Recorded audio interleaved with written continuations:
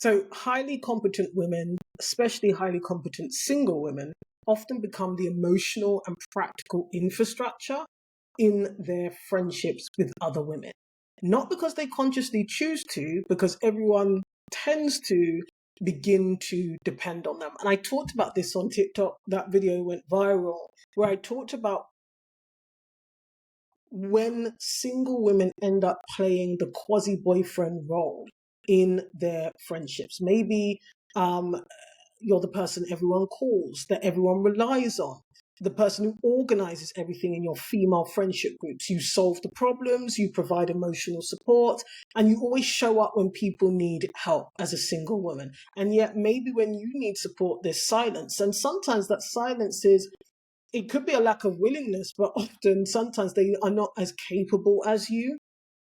And I realized years ago that it wasn't that I was simply a good friend, I had become the boyfriend, okay, in some of my female friendships. Now, what do I mean by the quasi-boyfriend role? You're providing emotional support, like I say, the type of support that their own boyfriend does not provide, their own husband doesn't provide. You're providing practical support, late nights, early mornings. I can't tell you the number of bridal showers, baby showers, driving here, there, wholesaler, putting in effort that not even their own people want to put in, not even their own partner wants to put in. Okay. And this is why I always find it really funny when the conversations are happening online about how, relationships fundamentally change when a woman gets married. And it's always assumed that the single women in her life are jealous. And that is not true. I once saw one particular Christian woman who had gotten married said that sometimes, single women need healing. So there was this, inference that single women, particularly single Christian women, are jealous of married women and that they need healing. Often you're doing the organizational support, you're reliable, and you're stable. Now, this is particularly for those who are competent. I'm not just saying any single woman. I'm talking about competent single women quite often. Maybe you've even been the eldest daughter. That was in my case. And so what would happen is, in any given situation, I would be looked to do certain things, right? And so, whereby maybe we'd all go out, I would always be the driver. I would literally say to my friends, wait here, I'd go and get the car and bring it right up to the entrance of the venue in any weather. Now, these are the kind of things, particularly in the religion I came from, that the husbands might be doing for their wives. And I was playing that kind of role consistently. I'll never forget it for years. I used to drive to the social occasions. And I was under the false belief that two of the girls didn't drive. It turned out they did drive. And this was after years. But what they would do is drive to the place that I would pick up one particular friend, and they'd all get in my car. So I'd be doing the back and forth. And it was because they didn't want to drive, but they gave me the impression they didn't drive at all. When I clocked on that, trust and believe, I withdrew all of that. I was the one looking after the car. We'd get into the car. It's like, Ashanti, where are we going? Can you tell the driver where we're going? And after a while, it's too much, right? And I'm going to talk a bit about how I repositioned that to make sure I had better boundaries. But essentially, I was always available. And I genuinely believed that I was being a really good friend. But often, certain things would happen that would alert me to the fact that actually not only did I lack boundaries, but I was actually being used in a certain type of way. Okay. So you can often become the person that everybody depends on, but nobody really sees. It's a bit like, I often liken it to being the park bench. Yeah. That bench in the park that people stick chewing gum on, dogs urinate up against, maybe the unhoused sleep on for the night. Children are stood up on the bench while their parents do up their shoelaces. That kind of park bench. Nobody really notices it. Okay, but it's always there. And sometimes it's got even a little plaque. Maybe it was dedicated to somebody who's passed away. Yeah. This can happen quite easily because sometimes the most competent women absorb the labor, even in their female relationships and partnerships and friendships. Like I say, if you've been parentified from a young age, Okay. If you are very independent and self-sufficient, you add in a bit of religious conditioning. And if usefulness has become your identity, it was very much mine. I was the useful person. I was always showing value. If I wasn't showing value, I didn't feel like I could be there. And that filtered into all of my relationships. I've since cured myself of this sickness. But you then don't realize sometimes that you might be being exploited because you lack boundaries as well. Yeah. But I just thought I was being a good woman, a good sister, a good friend. Now, here's where the shock really started to show up for me. And I noticed that I had, like I said, I lacked boundaries, is when my friends would get a boyfriend and or get married. They would disappear for periods of time. Now, I'm not talking about marriage. I'm not talking about people adjusting to marriage. I'm not talking about the reasonable things that a sane person can perceive. Okay. But what it revealed is that the friendship was not reciprocal. I'm talking not hearing from friends for years until they got bored, until the newness of marriage wore off. And they would literally message me and say, oh, I miss how we used to spend hours on the phone. I thought, really? Because those hours spent on the phone were talking about you. And when you were dating, all of the dating stuff. Yeah. This would happen more than once. And I remember one particular instance in which I was called. So I didn't know about the fact that they were even courting, but then I was called when they got engaged, and I was called to step in last minute and help organize the wedding, and specifically do a lot of on the day wedding arrangements, because I was known to be a person who could be, I was a good planner, and I'd done it so many times. I've since cured myself of that sickness and released myself. I'm now very useless in everything. But, you could call me up last minute, and me being me, I'd think, yeah, I can help. I could, of course. And I was good at it. Very good, in fact, right? I could be left to organize things. You could turn up to your wedding and things would be brilliant. I would have thought about the details, and I knew how to get a team working. Sometimes you go to a place and the lighting people aren't really moving hastily enough. People are putting things in the wrong places. The carpet's not hoovered. There's no toilet paper in the toilets. I knew how to whip up and get something cracking on a last minute, late notice kind of basis. So people would just call me, even though we're meant to be friends, even though I didn't really know you were even dating, but hey, that's fine. So there I would be showing up. And I remember one particular time, didn't hear from her for 7 months, not even a thank you, nothing. Didn't hear from her for 7 months. And then she turned up randomly one day with a card that said, we're thankful for single sisters like you. And that's when I knew. That was another reminder. You see, just because you're single, it doesn't mean you're ever available. It doesn't mean you've got nothing going on in your life. And what I found back in the day, not so much now, is that the assumption is made that you are ever available. You've got endless free time. You've got nobody. People would literally say, you've got no one to go home to. Can you do this? I remember when I used to go to the ministry group, and, after they've given out the territory and stuff, I would literally be asked in front of people, did you drive? Can you drop so-and-so? Not asked discreetly. Who said I've got the time? Who said the car's not full already? Who said I've not got somewhere to go? But it was assumed, because I was a single child-free sister, that my resources were up for the taking.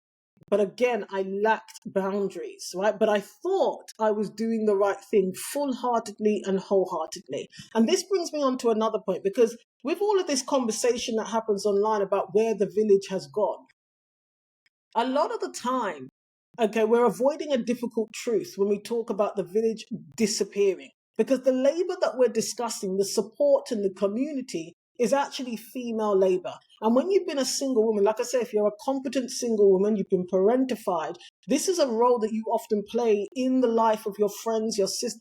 So when they're saying, where is the village? What they mean is, where are the women? Because they're certainly not referring to men showing up to participate in child rearing, in the babysitting, and they're not talking about that. It's the women who often are showing up in these ways, right? So historically, it's been mothers, sisters, aunts, female neighbors, female friends, women supporting women who go through certain transitions in life, whether it's marriage and or then motherhood.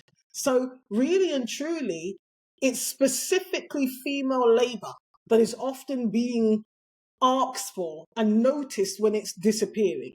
Yeah, because the idea is that single women should be available. Flexible schedule, you've got no kids, you've got no husband. So it's assumed, really. Yeah, you're always expected to travel. You're always expected to fit around people who have children. You're always expected to help. And what we need to understand is that there is a difference between community and extraction. There's an important distinction there, right? Community is reciprocal, it's mutual, it's supportive. Extraction is one way, it is assumed and it's expected. Yeah, and community, by the way, is not the same as access. And when I've talked about this before, my goodness, that video went viral when I talked about how self-centered married women can actually be in relation to their single friends. Because sometimes the only interest they have is talking about dating that's going wrong for the single friend and saying nonsense things like it will happen when you least expect it. You need to lower your standards, even though if you were to ask them how they lowered their standards to get married, that would be rude, apparently, right? A lot of married women got very upset when I said that. That some of them can be quite self-centered and some of them actually do abandon friendships that they have with their single friends, friendships that they've had for a very long time. Now, you could say that they're just bad friends in general, but it is disingenuous to deny that sometimes there can be a dynamic between single female women and married women in terms of friendships. Now, like I said, when you're a mature, sane person, you expect the that certain elements of a friendship will have to evolve when people form family units. But what you don't have to accept and tolerate is being discarded and dismissed. You don't have to, tolerate the conversation only being about their marriage and only about your dating misfortunes. You don't have to accept the fact that you've shown up to the bridal showers, the baby showers, the bachelorette parties, the weddings, including the destination weddings. You've given all the gifts wholeheartedly. You've bought your own bridesmaid dresses. Yeah, you've paid to travel to places, to give gifts. And when you have milestones in your life that are not related to a man or children, they don't show up for you. It's okay to be like, actually, that isn't fair. It's not even equitable. And a lot of the time, as I say, weddings are costly. Okay. And us single friends, not now, but back in the day, you wholeheartedly want to support and celebrate these important life events, because they're not milestones for everyone, but they're life events that often hold a lot of meaning for a lot of women. But that isn't reciprocal, right? If you've graduated or you bought a home, you're not celebrated in the same way as a single woman because you're playing this role. And sometimes that does feed into sometimes the dynamic that men and women in relationships have with each other. You may have heard men say that they're not celebrated, right? That there's Valentine's Day, there's Mother's Day, but when Father's Day rolls around, there's not that much of a hubbub for them. On Valentine's Day, it seems very much geared towards women as opposed to men as well. And men can feel like they don't receive gifts. They don't count sex as a gift on Valentine's Day or their birthday, which I kind of get, to be honest, but hey. And so sometimes women function in their female friendships the way they function in their relationship rather with the man. There is an expectation of receipt, particularly if their single friend, as I say, is competent, quite self-sufficient, and has been playing this quasi-boyfriend role in the friendship. And so when that conversation around the village comes around, I chuckle, because actually what I'm seeing is there's a lot of single women of all ages who are opting out. Okay, there's a rising awareness. We have stronger boundaries. We're protecting sometimes our own energy resources as well, because when you're a single woman, the truth is you don't always have a safety net. You don't have a plan B. You've got to figure this stuff out yourself, whether you're single by choice or circumstance, right? Now, that's not to say that all single women don't have strong friendship groups and support networks. That's not what I'm saying. But I do find this conversation at times disingenuous because, single women are portrayed as these kind of needy, unreasonable in their expectations of their partnered friends, all right? And unreasonable for not giving more of their time and supposed endless free time to contribute to community. When in actual fact, most women, sober women, okay, mature women, are not rejecting community outright, but they're rejecting extraction, essentially. Right? So in order for there to be kind of more balanced friendships, they have to be reciprocal, regardless of your marital status. Because single women are not an emergency service that you call on when you've got nothing else going on, first of all. I mean, the amount of times I'll see married women, and I used to have this say, he's out now and I've got some free time and nothing else to do. Do you want to meet up? Well, I'm not the friend that you meet up with when you've got nothing else to do. No, I'm intentional about the way I spend my time and who I spend it with. It's not because I've got nothing else to do or nothing better to do, or because maybe their partner's gone out and they feel lonely. You see, we have to be really mindful of the way we see our single friends, quite frankly, right? Because no one wants to be made to feel that way. And then the other circumstances in which, you might get together as a group or as a two and they're like, can I bring my husband or my boyfriend? Why? Why does he have to come to everything? Right? It's these kinds of things that women think, oh, it's not a big deal. But actually, overall, what it's doing is showing sometimes a lack of appreciation for your friend. Okay, now that's just the way life goes, right? But one of the things that I had to do was I had to build better boundaries, and I withdrew from the quasi-boyfriend role. And that way I didn't feel so bruised. And of course, bear in mind, I'm 37 now. So I'm talking about dynamics when you're in your late teens and your 20s. I'm a big woman now. So really and truly, that doesn't happen anymore. But there was a period of time where it did. And the best way I dealt with it is to have better boundaries. One too many times, liberties were taken. But it's because I did not have good boundaries. I didn't have good boundaries. And that means that sometimes people are confused. When you start withdrawing, they get a bit confused, or they'll say that you've changed. Well, yeah, I have. Something's got to change. Something's got to change. You can't text me after 7 years. One other friend, it was 7 odd years. Oh, I miss you. What? It's been 7 years. It's been 7 years. It's been 7 years. It's so important to realize that friendships should be reciprocal. They must be reciprocal regardless of marital status. Now, obviously, when I talk about these invisible contracts, about the way we show up in womanhood as women, it is important to identify the ones that are relevant to you and the ones that you want to break. And I talk about this in more detail in the Invisible Contract Audit Workbook, which you can find somewhere in the description.